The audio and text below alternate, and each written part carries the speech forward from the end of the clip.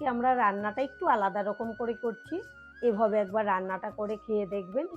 এখন পর্যন্ত যত রকমের রান্না খেয়েছেন আলুর দম, তার থেকে কিন্তু এটা হবে সেরা। এই রান্নাটা করে আপনারা ভাত, রুটি, লুচি, পরোটা সব কিছুর সঙ্গে কিন্তু দারুণ মজা করে খেতে পারবেন। এটা বানানো খুবই সহজ, খেতে তো দারুণ লাগে। নমস্কার বন্ধুরা, আজকে আমরা বানাবো নিরামিষ কাশ্মীরি আলুর দম।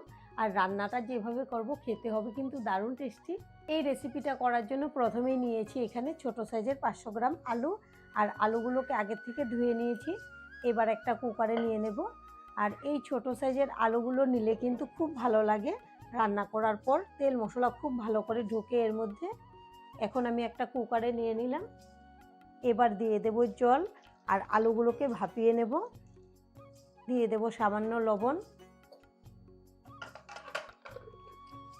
আলুগুলোকে গ্যাসে বসিয়ে দিলাম আর এগুলোকে একটা সিটি মেরে নেব। খুব বেশি নরম করে সেদ্ধ করা যাবে না, তাহলে ভালো হবে না। এখানে নিয়েছি একটা নারিকেল, যেহেতু আমরা রান্নাটা নিরামিষভাবে করব, নারিকেলটা দিলে কিন্তু খুব ভালো টেস্ট আসবে। এখানে একটা ছোট সাইজের নারিকেল নিয়েছি, এখন ভেঙে নেব।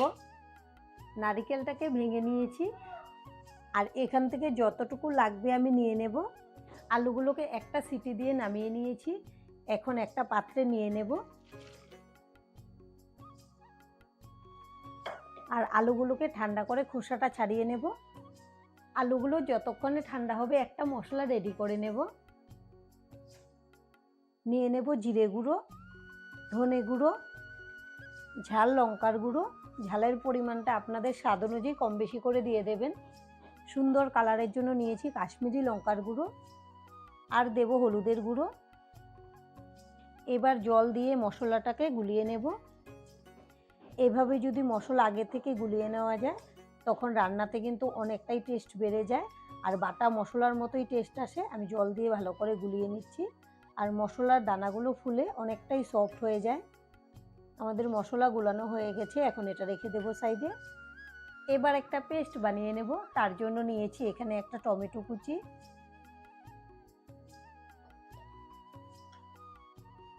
আর নিয়েছি নারকেল কুচি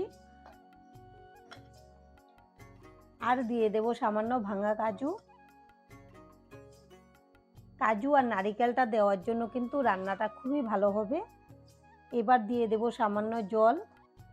এখন ঢাকনা লাগিয়ে এটাকে পেস্ট করে নেব। এখন আমি আলুর খোসা ছাড়িয়ে নেব।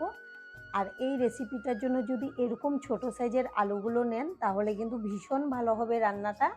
এর মধ্যে তেল মশলাটা খুব ভালো করে ঢুকবে, সেজন্য আমি এরকম ছোট সাইজের নিয়েছি। এখন খোসা ছাড়িয়ে নেব।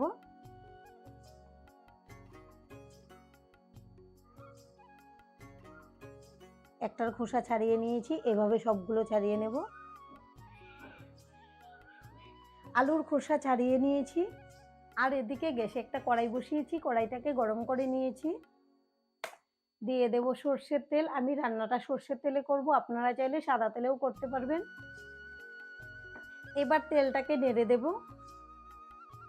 ফোড়নের জন্য নিয়েছি একটা তেজপাতা, 2টা শুকনো লঙ্কা, গোটা জিরে, 4টা এলাচ থেতো করে নিয়েছি, 4টা লবঙ্গ আর নিয়েছি দারচিনি। তেজপাতাটাকে আমি 2 টুকরো করে দিয়ে দেব। এবার সমস্ত গোটা মশলা একসঙ্গে দিয়ে দেব। এগুলোকে নেড়ে চেড়ে ভেজে নেব একটা মিষ্টি সেন্ট বের হওয়া পর্যন্ত। ফোড়নটাকে মোটামুটি 25 সেকেন্ডের মতো ভেজে নিয়েছি, খুব সুন্দর সেন্টও বেরিয়েছে। এবার এখানে নিয়েছি 6-7টা কাঁচা লঙ্কা আর 1 ইঞ্চি আদা, 2টা একসঙ্গে শিলপাটাতে বেটে নিয়েছি। ঝালের পরিমাণটা আপনারা যেরকম খেতে পছন্দ করেন সেই বুঝে কম বেশি করে দিয়ে দেবেন। এবার আদা আর কাঁচা লঙ্কা নেড়ে চেড়ে ভেজে নেব এর কাঁচা সেন্টটা চলে যাওয়া পর্যন্ত।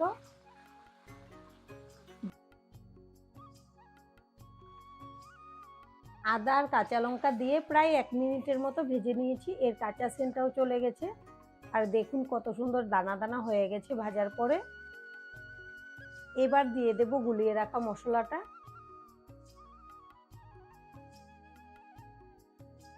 বাটিটা ধুয়ে জলটা দিয়ে দিলাম। এখন মশলা কষিয়ে নেব যেন এর কাঁচা সেন্টটা চলে যায়। মশলা যদি ভালো করে ভাজা না হয় তখন কিন্তু রান্নাতে ভালো টেস্ট হয় না। মশলা দিয়ে মোটামুটি 5-6 মিনিট কষিয়ে নিয়েছি। আর দেখুন মশলাটা ভাজার পরে কত সুন্দর দানা দানা হয়ে গেছে আর তেলটাও ছেড়ে দিয়েছে। এবার দিয়ে দেব টমেটো নারিকেলের মিশ্রণ। টমেটোর মিশ্রণ দিয়ে দেব স্বাদ অনুযায়ী লবণ।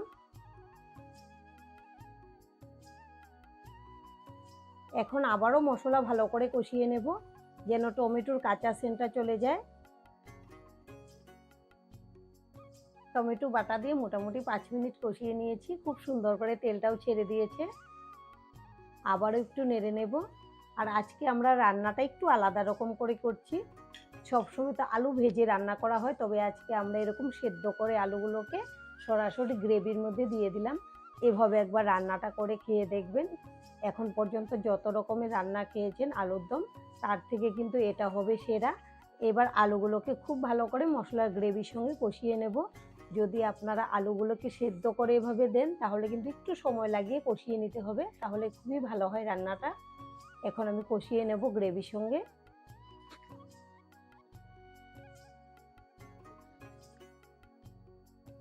গ্যাসের ফ্লেমটা লোতে রেখে মোটামুটি 10 মিনিটের মতো কষিয়ে নিয়েছি।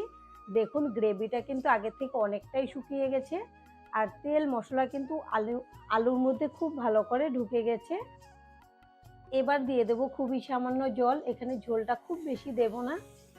এবার নেড়ে মিশিয়ে নেব। আর আমাদের আজকের এই রেসিপিটা দেখে যদি আপনাদের ভালো লাগে একটা লাইক অবশ্যই দিয়ে দেবেন। আপনাদের একটা লাইক আমাদেরকে অনেক উৎসাহ দেয় নতুন নতুন ভিডিও বানাতে। আর আমাদের চ্যানেলটিকে সাবস্ক্রাইব করে নেওয়ার জন্য অনুরোধ রইল। এই রান্নাটা করে আপনারা ভাত, রুটি, লুচি, পরোটা সব কিছুর সঙ্গে কিন্তু দারুণ মজা করে খেতে পারবেন। এটা বানানো খুবই সহজ, খেতে তো দারুণ লাগে। খোলা অবস্থায় আরও 5 মিনিট রান্না করে নেব। গ্যাসের ফ্লেমটা মিডিয়ামে রেখে 6-7 মিনিটের মতো রান্না করে নিয়েছি। দেখুন গ্রেভিটা আগের থেকে অনেকটাই শুকিয়ে গেছে, একদম মাখা মাখা রেখেছি। এবার দিয়ে দেবো 4-5টা চেরা কাঁচা লঙ্কা, আর দিয়ে দেবো গরম মশলার গুঁড়ো। আপনারা চাইলে এখানে ধনেপাতা কুচিও দিতে পারেন। এবার নেড়ে চেড়ে মিশিয়ে নেব। খুব সুন্দর একটা সেন্টও বেরিয়েছে। আপনারা এভাবে বাড়িতে বানিয়ে খাবেন, আশা করছি আপনাদের ভীষণ ভালো লাগবে। আর দেখুন দেখতে কত সুন্দর হয়েছে, এটা খেতেও কিন্তু দারুণ হয়। আর আজকের ভিডিওটা এখানেই শেষ করব। সবাই ভালো থাকবেন, সুস্থ থাকবেন, ধন্যবাদ।